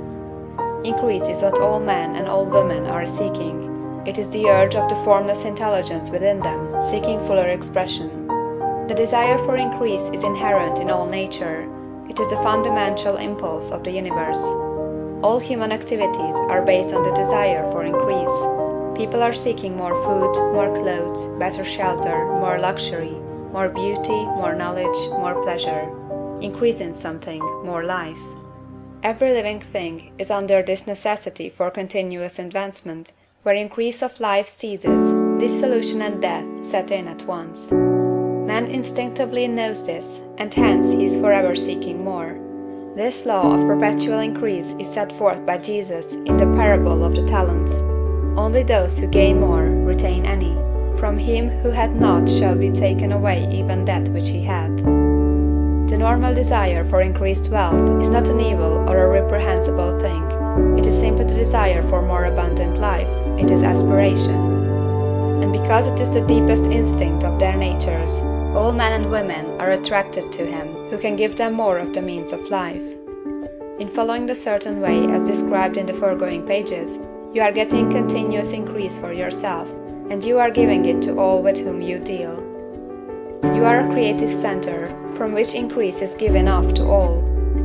Be sure of this, and convey assurance of the fact to every man, woman, and child with whom you come in contact. No matter how small the transaction, even if it be only the selling of a stick of candy to a little child, put into it the thought of increase, and make sure that the customer is impressed with the thought. Convey the impression of advancement with everything you do, so that all people shall receive the impression that you are an advancing man, and that you advance all who deal with you. Even to the people whom you met in a social way, without any thought of business, and to whom you do not try to sell anything, give the thought of increase. You can convey this impression by holding the unshakable faith that you, yourself, are in the way of increase, and by letting this faith aspire, fill, and permeate every action. Do everything that you do in a firm conviction that you are an advancing personality, and that you are giving advancement to everybody. Feel that you are getting rich, and that in doing so you are making others rich, and conferring benefits on all. Do not boast or brag of your success, or talk about it unnecessarily. True faith is never boastful. Wherever you find a boastful person, you find one who is secretly doubtful and afraid. Simply feel the faith, and let it work out in every transaction. Let every act and tone and look express the quiet assurance that you are getting rich, that you are already rich. Words will not be necessary to communicate this feeling to others. They will feel the sense of increase when in your presence, and will be attracted to you again. You must so impress others that they will feel that in associating with you, they will get increase for themselves. See that you give them a use of value greater than the cash value you are taking from them. Take an honest pride in doing this, and let everybody know it, and you will have no lack of customers. People will go where they are given increase, and the Supreme, which desires increase in all and which knows all, will move toward you men and women who have never heard of you. Your business will increase rapidly, and you will be surprised at the unexpected benefits which will come to you. You will be able from day to day to make larger combinations, secure greater advantages, and to go on into a more congenial vocation if you desire to do so. But in doing all this, you must never lose sight of your vision of what you want, or your faith and purpose to get what you want. Let me here give you another word of caution in regard to motives. Beware of the insidious temptation to seek for power over other men. Nothing is so pleasant to the unformed or partially developed mind as the exercise of power or domination over others. The desire to rule for selfish gratification has been the curse of the world. For countless ages, kings and lords have drenched the earth with blood in their battles to extend their dominions. This not to seek more life for all, but to get more power for themselves. Today, the main motive in the business and industrial world is the same. Men marshal their armies of dollars, and lay waste the lives and hearts of millions in the same mad scramble for power over others. Commercial kings, like political kings, are inspired by the lust for power. Jesus saw in this desire for mastery the moving impulse of that evil world he sought to overthrow. Read the 23rd chapter of Matthew, and see how he pictures the lust of the Pharisees to be called master, to sit in the high places, to domineer over others, and to lay burdens on the backs of the less fortunate. And note how he compares this lust for domination with the brotherly seeking for the common good to which he calls his disciples. Look out for the temptation to seek for authority, to become a master, to be considered as one who is above the common herd, to impress others by lavish display, and so on. The mind that seeks for mastery over others is the competitive mind, and the competitive mind is not the creative one. In order to master your environment and your destiny, it is not at all necessary that you should rule over your fellow men, and indeed, when you fall into the world's struggle for the high places, you begin to be conquered by fate and environment, and your getting rich becomes a matter of chance and speculation. Beware of the competitive mind. No better statement of the principle of creative action can be formulated than the favorite declaration of the late Golden Rule Jones of Toledo: "What I want for myself, I want for everybody." End of chapter 14. Chapter 15 of The Science of Getting Rich by Wallace D. Wattles. The Advancing Man. What I have said in the last chapter applies as well to the professional man and the wage earner as to the man who is engaged in mercantile business. No matter whether you are a physician, a teacher, or a clergyman, if you can give increase of life to others and make them sensible of the fact, they will be attracted to you, and you will get rich. The physician who holds the vision of himself as a great and successful healer, and who works toward the complete realization of that vision with faith and purpose, as described in the former chapters, will come into such close touch with the source of life that he will be phenomenally successful. Patients will come to him in throngs. No one has a greater opportunity to carry into effect the teaching of this book than the practitioner of medicine. It does not matter to which of the various schools he may belong, for the principle of healing is common to all of them, and may be reached by all alike. The advancing man in medicine, who holds to a clear mental image of himself as successful, and who obeys the laws of faith, purpose, and gratitude, will cure every curable case he undertakes, no matter what remedies he may use. In the field of religion, the world cries out for the clergyman who can teach his hearers the true science of abundant life. He who masters the details of the science of getting rich, together with allied sciences of being well, of being great, and of winning love, and who teaches these details from the pulpit, will never lack for a congregation. This is the gospel that the world needs. It will give increase of life, and men will hear it gladly, and will give liberal support to the man who brings it to them. What is now needed is the demonstration of science of life from the pulpit. We want preachers who can not only tell us how, but who in their own persons will show us how. We need the preacher who will himself be rich, healthy, great, and beloved, to teach us how to attain these things, and when he comes he will find a numerous and loyal following. The same is true for the teacher who can inspire the children with the faith and purpose of the advancing life. He will never be out of a job, and any teacher who has this faith and purpose can give it to his pupils. He cannot help giving it to them if it is a part of his own life and practice. What is true of the teacher, preacher, and physician is true of the lawyer, dentist, real estate man, insurance agent, of everybody. The combined mental and personal action I have described is infallible. It cannot fail. Every man and woman who follows these instructions steadily, perseveringly, and to the letter will get rich. The law of the increase of life is as mathematically certain in its operation as the law of gravitation. Getting rich is an exact science. The wage earner will find this as true of his case as of any of the others mentioned. Do not feel that you have no chance to get rich because you are working where there is no visible opportunity for advancement, where wages are small and the cost of living high. Form your clear mental vision of what you want and begin to act with faith and purpose. Do all the work you can do every day, and do each piece of work in a perfectly successful manner. Put the power of success and the purpose to get rich into everything that you do. But do not do this merely with the idea of currying favor with your employer, in the hope that he, or those above you, will see your good work and advance you. It is not likely that they will do so. The man who is merely a good workman, filling his place to the very best of his ability, and satisfied with that, is valuable to his employer, and it is not to the employer's interest to promote him. He is worth more where he is. To secure advancement, something more is necessary than to be too large for your place. The man who is certain to advance is the one who is too big for his place, and who has a clear concept of what he wants to be, who knows that he can become what he wants to be, and who is determined to be what he wants to be. Do not try to more than fill your present place with the view of pleasing your employer. Do it with the idea of advancing yourself. Hold the faith and purpose of increase during work hours, after work hours, and before work hours. Hold it in such a way that every person who comes in contact with you, whether foreman, fellow workman, or social acquaintance, will feel the power of purpose radiating from you, so that everyone will get the sense of advancement and increase from you. Men will be attracted to you, and if there is no possibility for advancement in your present job, you will very soon see an opportunity to take another job.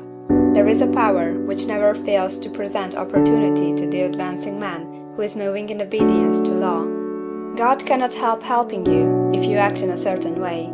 He must do so in order to help himself. There is nothing in your circumstances or the industrial situation that can keep you down. If you cannot get rich working for the Steel Trust, you can get rich on a 10-acre farm, and if you begin to move in a certain way, you will certainly escape from the clutches of the Steel Trust and get on to the farm or wherever else you wish to be. If a few thousands of its employees would enter upon the certain way, the Steel Trust would soon be in a bad plight. It would have to give its working men more opportunity, or to go out of business. Nobody has to work for a trust. The trusts can keep men in so-called hopeless conditions only so long as there are men who are too ignorant to know of the science of getting rich, or too intellectually slothful to practice it. Begin this way of thinking and acting, and your faith and purpose will make you quick to see any opportunity to better your condition. Such opportunities will speedily come, for the Supreme, working in all, and working for you, will bring them before you. Do not wait for an opportunity to be all that you want to be.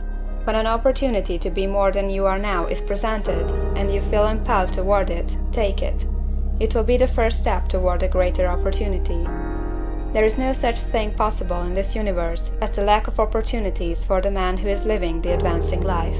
It is inherent in the constitution of the cosmos that all things shall be for him and work together for his good, and he must certainly get rich if he acts and thinks in the certain way. So let wage-earning men and women study this book with great care, and enter with confidence upon the course of action it prescribes. It will not fail. End of Chapter 15. Chapter 16 of The Science of Getting Rich by Wallace D. Wattles. Some cautions and concluding observations. Many people will scoff at the idea that there is an exact science of getting rich. Holding the impression that the supply of wealth is limited, they will insist that social and governmental constitutions must be changed before even any considerable number of people can acquire a competence. But this is not true. It is true that existing governments keep the masses in poverty, but this is because the masses do not think and act in a certain way.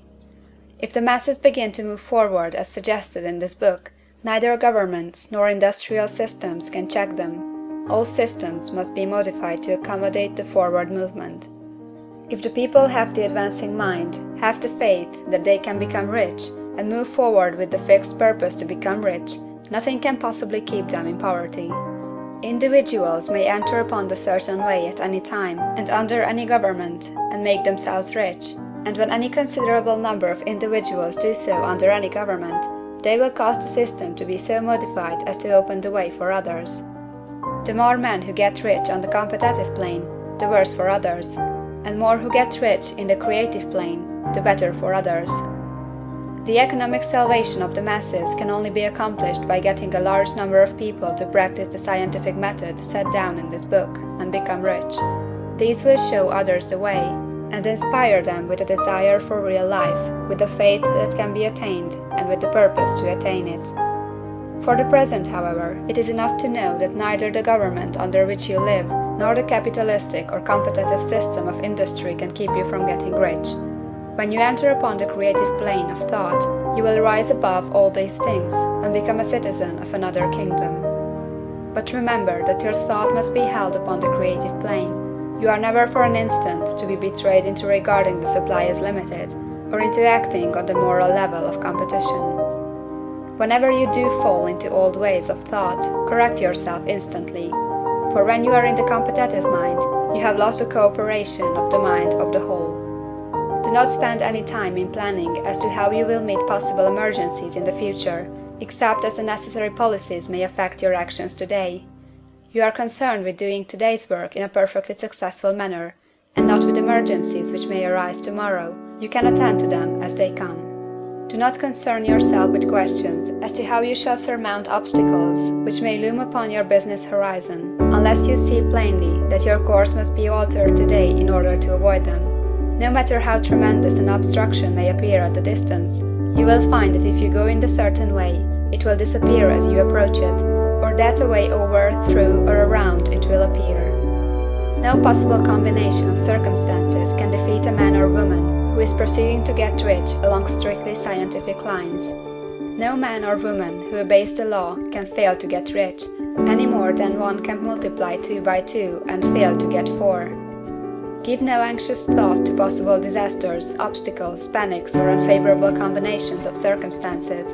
It is time enough to meet such things as they present themselves before you in the immediate present, and you will find that every difficulty carries with it the wherewithal for its overcoming. Guard your speech. Never speak of yourself, your affairs, or of anything else in a discouraged or discouraging way. Never admit the possibility of failure, or speak in a way that infers failure as a possibility. Never speak of the times as being hard, or of business conditions as being doubtful. Times may be hard and business doubtful for those who are on the competitive plane, but they can never be so for you. You can create what you want, and you are above fear. When others are having hard times and poor business, you will find your greatest opportunities. Train yourself to think of and to look upon the world as something which is becoming, which is growing, and to regard something evil as being only that which is undeveloped. Always speak in terms of advancement. To do otherwise is to deny your faith, and to deny your faith is to lose it. Never allow yourself to feel disappointed. You may expect to have a certain thing at a certain time, and not get it at that time, and this will appear to you like failure. But if you hold to your faith, you will find that the failure is only apparent. Go on in the certain way, and if you do not receive that thing, you will receive something so much better that you will see that the seeming failure was really a great success. A student in this science had set his mind on making a certain business combination which seemed to him at the time to be very desirable, and he worked for some weeks to bring it about. When the crucial time came, the thing failed in a perfectly inexplicable way. It was as if some unseen influence had been working secretly against him. He was not disappointed; on the contrary, he thanked God that his desire had been overruled, and went steadily on with a grateful mind. In a few weeks an opportunity so much better came his way that he would not have made the first deal on any account, and he saw that a mind which knew more than he knew had prevented him from losing the greater good by entangling himself with the lesser. That is the way every seeming failure will work out for you, if you keep your faith, hold to your purpose, have gratitude, and do, every day, all that can be done that day, doing each separate act in a successful manner. When you make a failure, it is because you have not asked for enough. Keep on, and a larger thing than you were asking will certainly come to you. Remember this. You will not fail because you lack the necessary talent to do what you wish to do. If you go on as I have directed, you will develop all that talent that is necessary for the doing of your work. It is not within the scope of this book to deal with the science of cultivating talent, but it is as certain and simple as the process of getting rich. However, do not hesitate or waver for fear when you come to any certain place you will fail for lack of ability. Keep right on, and when you come to that place, the ability will be furnished for you. The same source of ability which enabled the untaught Lincoln to do the greatest work in government ever accomplished by a single man is open to you. You may draw upon all the mind there is for wisdom to use in meeting the responsibilities which are laid upon you. Go on in full faith. Study this book. Make it your constant companion until you have mastered all the ideas contained in it. While you are getting firmly established in this faith, you will do well to give up most recreations and pleasure, and to stay away from places where ideas conflicting with these are advanced in lectures or sermons. Do not read pessimistic or conflicting literature, or get into arguments upon the matter. Do very little reading, outside of the writers mentioned in the preface. Spend most of your leisure time in contemplating your vision, and in cultivating gratitude, and in reading this book. It contains all you need to know of the science of getting rich, and you will find all the essentials summed up in the following chapter. End of chapter 16. Chapter 17 of The Science of Getting Rich by Wallace D. Wattles. Summary of the Science of Getting Rich. There is a thinking stuff from which all things are made, and which, in its original state, permeates, penetrates, and fills the interspaces of the universe. A thought in this substance produces the thing that is imaged by the thought. Man can form things in his thought, and by impressing his thought upon formless substance, can cause the thing he thinks about to be created. In order to do this, man must pass from the competitive to the creative mind, otherwise he cannot be in harmony with the formless intelligence, which is always creative and never competitive in spirit. Man may come into full harmony with the formless substance by entertaining a lively and sincere gratitude for the blessings it bestows upon him. Gratitude unifies the mind of man with the intelligence of substance, so that man's thoughts are received by the formless. Man can remain upon the creative plane only by uniting himself with the formless intelligence through a deep and continuous feeling of gratitude. Man must form a clear and definite mental image of the things he wishes to have, to do, or to become, and he must hold this mental image in his thoughts, while being deeply grateful to the Supreme that all he desires are granted to him. The man who wishes to get rich must spend his leisure hours in contemplating his vision, and in earnest thanksgiving that the reality is being given to him. Too much stress cannot be laid on the importance of frequent contemplation of the mental image, coupled with unwavering faith and devout gratitude. This is the process by which the impression is given to the formless, and the creative forces set in motion. The creative energy works through the established channels of natural growth and of the industrial and social order. All that is included in his mental image will surely be brought to the man who follows the instructions given above, and whose faith does not waver. What he wants will come to him through the ways of established trade and commerce. In order to receive his own when it shall come to him, Man must be active, and this activity can only consist in more than filling his present place. He must keep in mind the purpose to get rich through the realization of his mental image, and he must do every day all that can be done that day, taking care to do each act in a successful manner. He must give to every man a use value in excess of the cash value he receives, so that each transaction makes for more life, and he must so hold the advancing thought that the impression of increase will be communicated to all with whom he comes in contact. The men and women who practice the foregoing instructions will certainly get rich, and the riches they receive will be in exact proportion to the definiteness of their vision, the fixity of their purpose, the steadiness of their faith, and the depth of their gratitude. End of chapter 17, and end of The Science of Getting Rich by Wallace D. Wattles.